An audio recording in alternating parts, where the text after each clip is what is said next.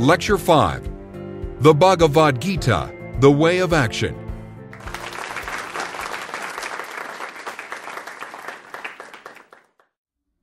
Hello, welcome back. In this lecture, we're going to talk about the Bhagavad Gita. Like the Vedas and the Upanishads, the authorship of this text is uncertain, but there's a great mind behind this book, and certainly the Bhagavad Gita is a landmark in Asian intellectual history. The Bhagavad Gita is a brief section from the Mahabharata, which is probably the longest poem in the world. It's about 8 times the length of the Iliad and the Odyssey put together. It was written sometime between 400 BC and 200 AD. It's traditionally ascribed to Vyasa. There's a name attached to it, but he's more of a legend than an actual person. He's an important figure early on in the epic. In fact, he's the grandfather of the main characters, but he's certainly more mythical than, say, Homer. The Mahabharata is a massive epic. The Indians say that what's not here is not found anywhere else. In other words, they say all the stories in the world are contained within the Mahabharata. The names may be a little bit different, some of the details may be changed, but it's all pretty much there.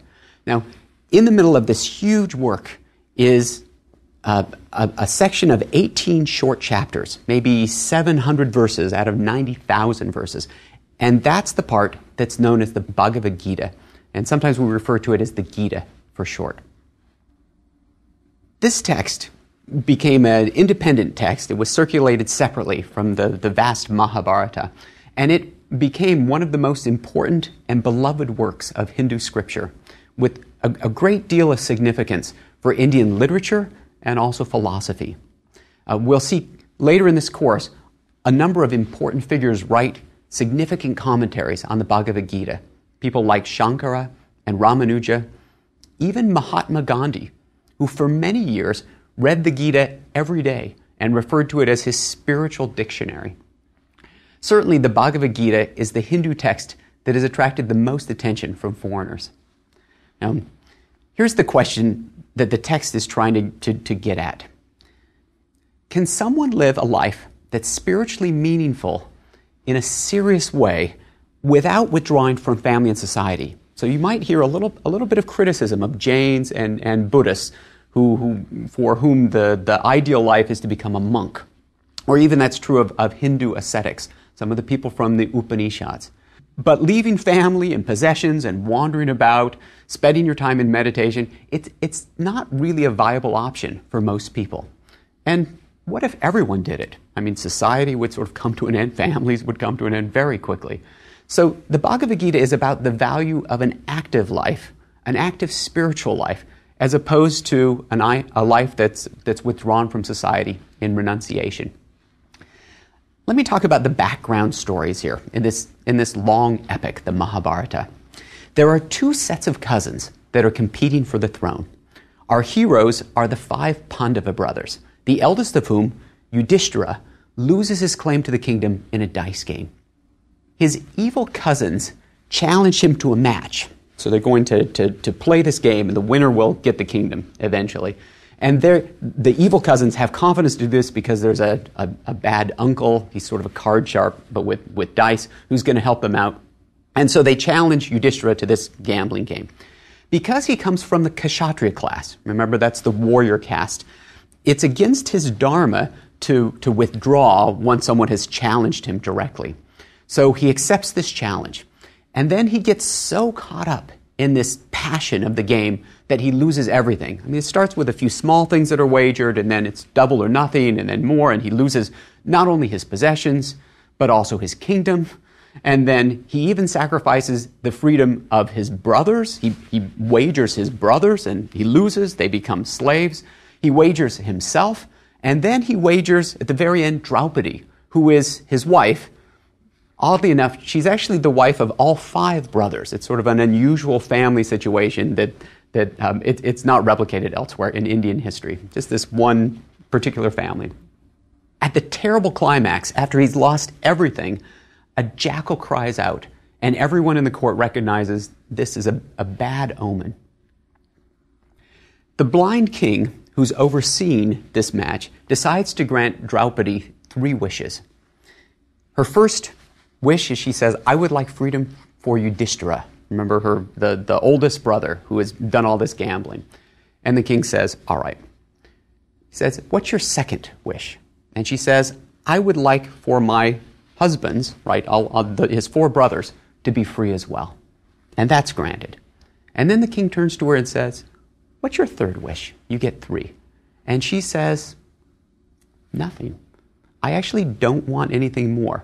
The idea here is if you push things too far, there will be bad consequences. Be wary of desire. Actually, Draupadi says, greed destroys dharma. Okay.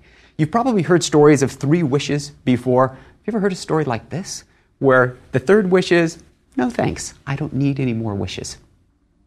The 2 sides, the 2 sets of cousins, work out a deal whereby the Pandava brothers will go into exile for 13 years, and then after that time, they can come back and reclaim their kingdom. As you might guess, when the time is up, they come back to the kingdom, the cousins won't budge, war is then inevitable, and the 2 groups of cousins, along with all of their allies and their armies, are set to fight each other in a climactic battle.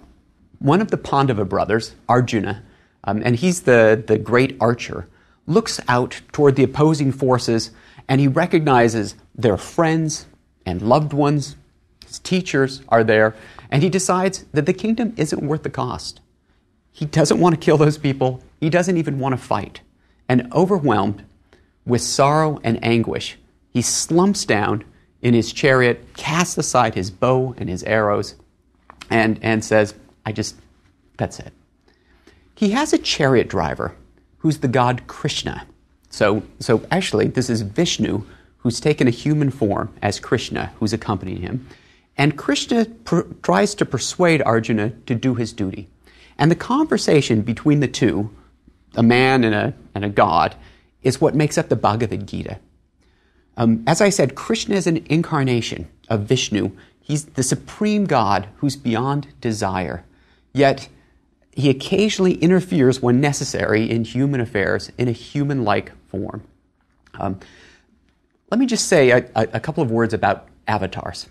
Not so much to explain the mind of the author of the Gita, but to set up some connections for later lectures. Avatars are incarnations of a god or manifestations. And there are several lists of avatars of Vishnu. The most famous has 10 incarnations in it. That includes Rama, number 7. He's the hero of the epic, the Ramayana, which is the second epic in addition to the Mahabharata in Indian history. And the story of this is his wife Sita is kidnapped by the demon Ravana. And Rama is able to rescue her with the help of the monkey king Hanuman. We'll see Hanuman, or something very much like Hanuman again, when we talk about Xuanzang.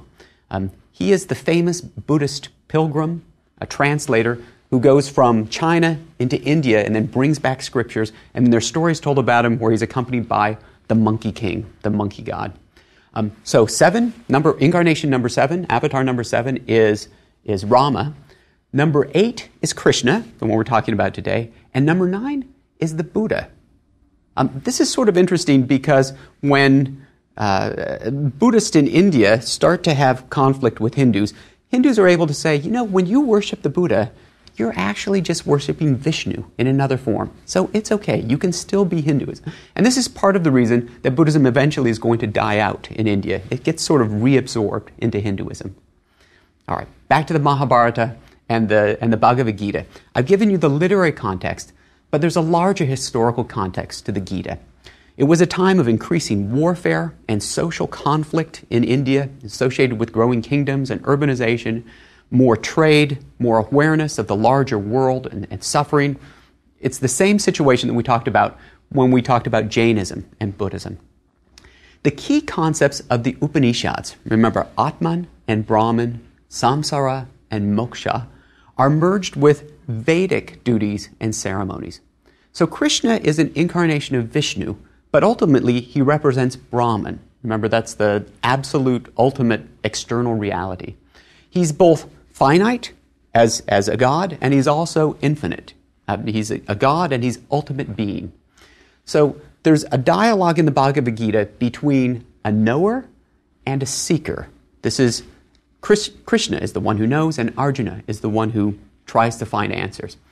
The title Bhagavad Gita means the song of the Lord, and it's a poem, it's in verse, and it's about the search for permanence and calmness and serenity in a world of change.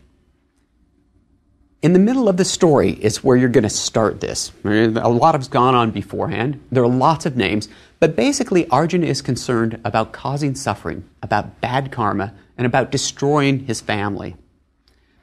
Krishna gives him 5 reasons why he should fight. The Bhagavad Gita is not quite this systematic. It's more literary, but I'll pull out the main ideas. First reason, because the Atman, remember the self, is eternal, no one is ever actually killed. They're simply sent in the next phase of reincarnation. He who takes the self to be a slayer, he who takes it to be the slain, neither of these knows. I'm quoting here. It does not slay, nor is it slain. The second reason that he should fight is because of duty and honor. Remember dharma, which is caste duty. And this is what Arjuna was born to do. He's a warrior. It's not sinful to fulfill your station in life. In fact, it's better to do your own duty poorly rather than someone else's done well. For example, if you're from the warrior caste, you're not much of a fighter, but you're a great potter. It's still better to fight poorly rather than to take someone else's caste duty. The third reason that Krishna gives Arjuna why he should fight is inaction is impossible. So withdrawing from action is itself a deliberate act. Right? As he throws off his bow, that's still something. Not making a choice is still a choice. And in some ways, this is a jab at the Buddhists a little bit, who say, withdraw from society entirely. A Christian is going to say, you can't not choose. You can't not act. The fourth reason is the source of evil, right, of bad karma, is passion and desire. It doesn't necessarily come from the actions themselves. So, fifth reason, he's going to explain that there are ways to act where you can do what you need to do but not get bad karma. There are 3 ways that are noted in the Bhagavad Gita. The first is Jnana Yoga, the way of knowledge, and this is based on the Upanishads. It's the idea that life and death are not real. Selfhood is an illusion. Monism, remember that Atman equals Brahman. What's deepest inside you is the same as what's outside in the world. And in particular, Krishna is everything, right? He's the incarnation of Brahman. Here's another quotation. He who sees me in all things, Krishna speaking, and sees all things in me, he never becomes separated from me, nor do I become separated from him. If you're able to realize that oneness of all things, you can escape the bad karma that comes from acting in this life. The second mode of escape is the way of devotion. And this is going to be developed more fully later in Hinduism. But it's still there in the Gita. And the idea is that you can dedicate your actions to Krishna, and he, in return, will take upon himself any of the karmic consequences.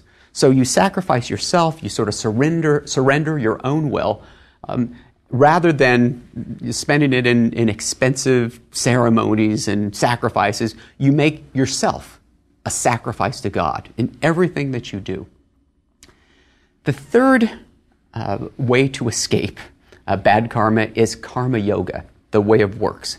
This is the big idea in the Gita, and we'll talk about it in much more detail later. But it's basically acting without attachment. So you do something, but you're not too concerned about the consequences of your action. It's a form of partial renunciation, so that you still do what you need to do, but you're not entirely invested in it. Each of these 3 paths is appropriate for different sorts of people. For Brahmins, it would be the way of knowledge. For commoners and women, perhaps the way of devotion is more appropriate. And for the kshatriya, the warriors, it's the way of works, sort of more active. And there's a theory behind this. According to the Gita, everything is made of some combination of 3 qualities. They're called the 3 gunas. And these are sattva, which is bright and intelligent, raja, active and passionate, and tamas, heavy and lethargic. In Brahmins, sattva is dominant. sort of that intelligent brightness. In Kshatriyas, it's Raja, sort of more active and passionate. And for Vaishyas, these are merchants and commoners, landholders. It's a mixture of Raja and Tamas, which is sort of the dark lethargic. And for the Shudra, the lowest caste, they're just mostly Tamas. We'll see this theory of gunas again when we talk about yoga in Lecture 13. The climax of the Gita comes when Arjuna asks to see Krishna in his true form. And the god obliges by producing a terrifying manifestation of his full glory and power, which encompasses the whole universe. Arjuna is humbled, he's awestruck, and he obeys the god's command and accompanies him into battle. With karma yoga, the focus is on the action, but not on the fruits of the action, right? There's no concern as to successes or failures, costs or rewards. So one is able to concentrate completely on the task at hand, whatever it may be, without overanalysis or distractions or emotion. When might this be useful? Perhaps for athletes.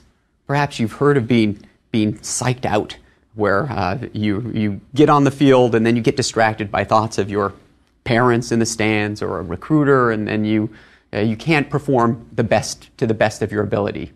Or you may have experienced yourself stage fright at maybe a piano recital. Or if you've had the opportunity of being in drama, perhaps you've forgotten some of your lines, or public speaking, or test anxiety.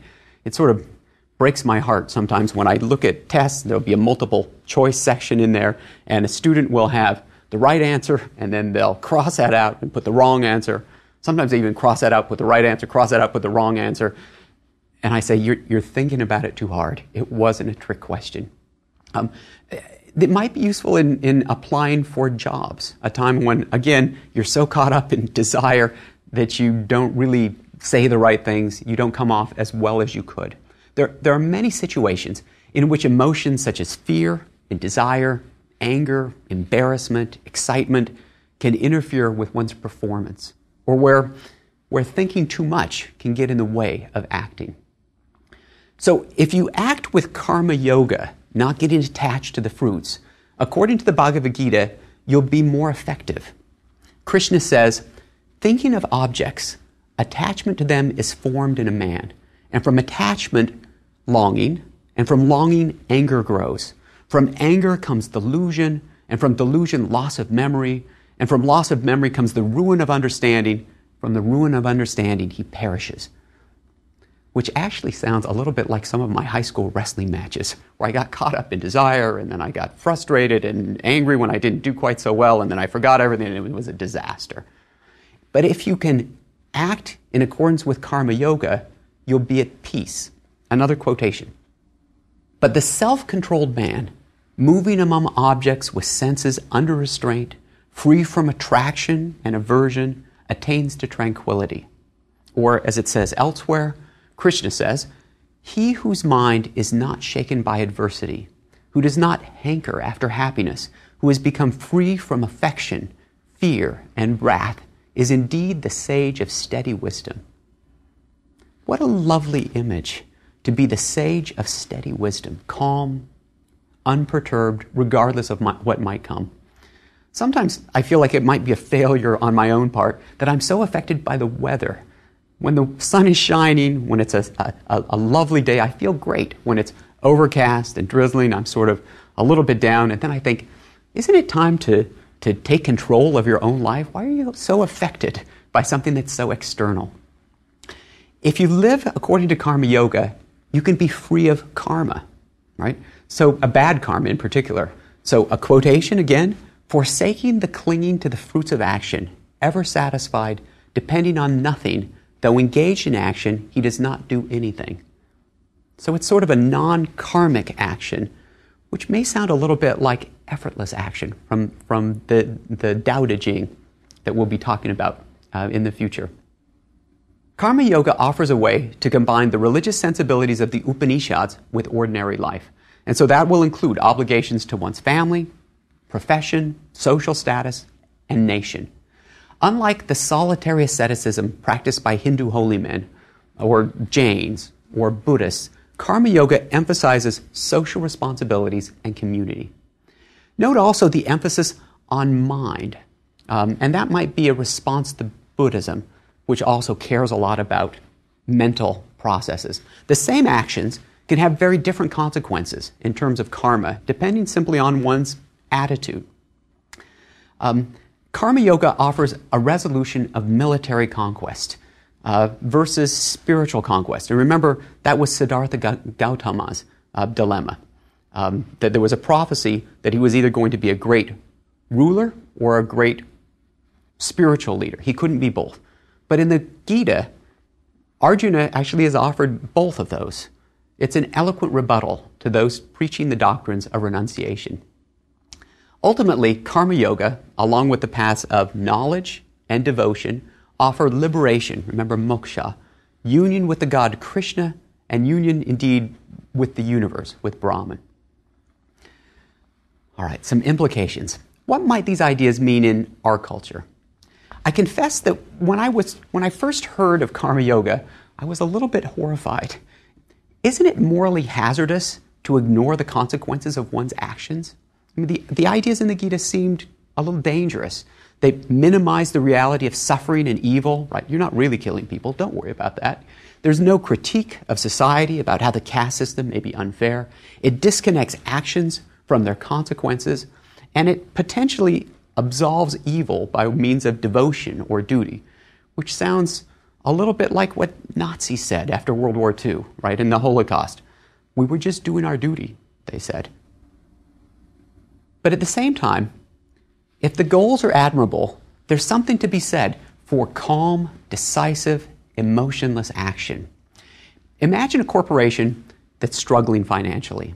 Perhaps for the very survival of the company, some workers have to be let go. An effective CEO can't worry unduly about each person, right? You imagine you're the stockholders. You hired him or her to make tough decisions, and if she can't do it, then she's not a real CEO. You need to get someone else who will fulfill her role. That's just her duty. Obviously, Karma Yoga is going to be applicable to soldiers. That was the original context. But think also of government officials who must trim costs sometimes, or doctors who occasionally have to inflict some pain in order to cure, or professors who, in all fairness, sometimes have the difficult job of handing out Fs, or parents who must discipline their children if they're not going to turn into little monsters. Those people all might benefit from Karma Yoga, which highlights the dangers of acting with emotion. Let me take the last example, the one about parents. Sometimes my children need correction. I find this very unpleasant. Remember the line, "This will hurt me a lot more than it will hurt you." But it's something that my duty as a father requires. Yet, I believe that it's important to never discipline a child in anger. I mean, in the heat of a moment. You might have seen this in a public place, like a restaurant, for example, where a couple will bring their children, and the children will start acting up, and after a while they'll start getting, the bad parent looks from other people, like, "Why did you bring them here? Why can't you control them?" And the parents get more and more frustrated and embarrassed, and they sort of lash out at their children sometimes in ways that might make you uncomfortable. As dispassionately as possible for a parent, it's important to enforce the rules. At least I've tried to do this. I try not to let my own embarrassment or ego or frustration interfere in doing what I think is right and fair. Let me give you another example. This example I'll call Karma Yoga driving. I'm taping this in Washington, D.C. now. I live in North Carolina. I actually have friends here. We come up at least once a year, sometimes more. When I get ready to drive up, particularly I-95, I give myself a little pep talk beforehand, and I say, when you get out on the freeway, there are going to be bad drivers there. There are going to be people who are going to cut you off, they're going to tailgate, they're not going to signal, and there's nothing that you can do that's going to change that situation. But you're not going to let it bother you. You're just going to drive as calmly as you can. You're going to focus on your goal. You're not going to worry about being late or all of that. You're just going to get there as effectively as possible. Road rage is never a good idea. Sometimes getting too emotionally involved can be counterproductive. So when you read the Bhagavad Gita, you'll need to make up your own mind. Is it valuable, or is it in some ways reprehensible? And in what circumstances might Karma Yoga be appropriate, or perhaps not so desirable. The ideas of Bhakti Yoga and Karma Yoga, remember Bhakti Yoga is the way of devotion, Karma Yoga the way of action, those ideas are not entirely foreign to Western thought. There are some parallels. You may remember some of the sayings of Jesus in the New Testament. He once said, "Whosoever will save his life shall lose it, but whosoever will lose his life for my sake shall save it." It's a notion of surrendering one's will there to Jesus. Also a notion of disinterested action. From the Sermon on the Mount, he said, "Don't be like the hypocrites who give alms or fast or pray to be seen of others." Right? They have their reward, is what Jesus says. Right? They're just doing it for the rewards, to be seen of others. You should do it for God, without concern for rewards. Some people, some philosophers, have even argued that truly moral action is only possible if there's no concern for reputation, for payback, or even for heaven and hell. Desireless, selfless action is the only action that truly counts as moral. If you're less religiously inclined, being totally absorbed in a task is another way to lose oneself. And think about, in your life, what kinds of things might be like that? Something where you're engaged in doing something and then the next time you look up at the clock, the whole afternoon has gone by. You've hardly noticed it. It might be reading or writing, which is actually something that works for me. You may be engrossed in figuring out a puzzle or in fishing or making music or maybe constructing something in your garage. Whatever it is, it would be some activity that you find so engaging that you can give it your single-minded attention. I mean, you don't have to work to really be part of this. The time just seems to zip by. You might even forget to eat. That's a really satisfying mode of action, and it can be incredibly productive as well. And there's something about karma yoga there, too. Indeed, it might be a problem with multitasking or with the internet. There's so many distractions. It makes for fewer opportunities for that sort of single-minded, very productive, effective, satisfying action that's quite close to what I think the ideal of karma yoga is. I like the idea of happiness coming from internal rather than external causes. The Bhagavad Gita shows a method of self-control that leads to peace in an uncertain world, regardless of success or failure. For these and for other reasons, partly because it's very short, the Bhagavad Gita has had a great influence even outside of India. The earliest translation from Sanskrit to English was made in 1785, right, just after the American Revolution, by a merchant with the British East India Company. His name was Charles Wilkins, and people were very excited about this at the time. In 1809, William Blake, remember the great English poet and artist, exhibited a drawing that he had entitled The Brahmins, which showed Wilkins working with his Brahmin collaborators in translating the Gita. In 1845, Ralph Waldo Emerson wrote this in his journal. He said, my friend and I owed, a magnificent day to the Bhagavad Gita. It was the first of books. It was as if an empire spoke to us, nothing small or unworthy, but large, serene, consistent, the voice of an old intelligence in which another age and climate had pondered and thus disposed of the same questions which exercise us. It's interesting, he notices that the Bhagavad Gita, even though it's so ancient and old and comes from such a foreign culture, is still relevant. It still answers the same, or it addresses the same sort of questions that occupy us. In that same year, Henry David Thoreau took a copy of the Bhagavad Gita with him to Walden Pond and read it avidly. About 100 years later, in the desert of New Mexico, the physicist Robert Oppenheimer watched the blinding flash and the mushroom cloud of the first atomic bomb test. Right? He saw this explosion, and he remembered two verses from the Bhagavad Gita, which he had studied in Sanskrit. He had sort of an unusual education for a physicist. He remembered the lines, "If in the heavens the light of 1,000 suns bursts forth all at once, that would be like the light of that mighty one. I am death, the destroyer of the worlds." That somehow fits this atomic explosion. Whoever wrote the Bhagavad Gita was certainly one of the great minds of the Eastern intellectual tradition, and his influence has now spread out of Asia and across the globe.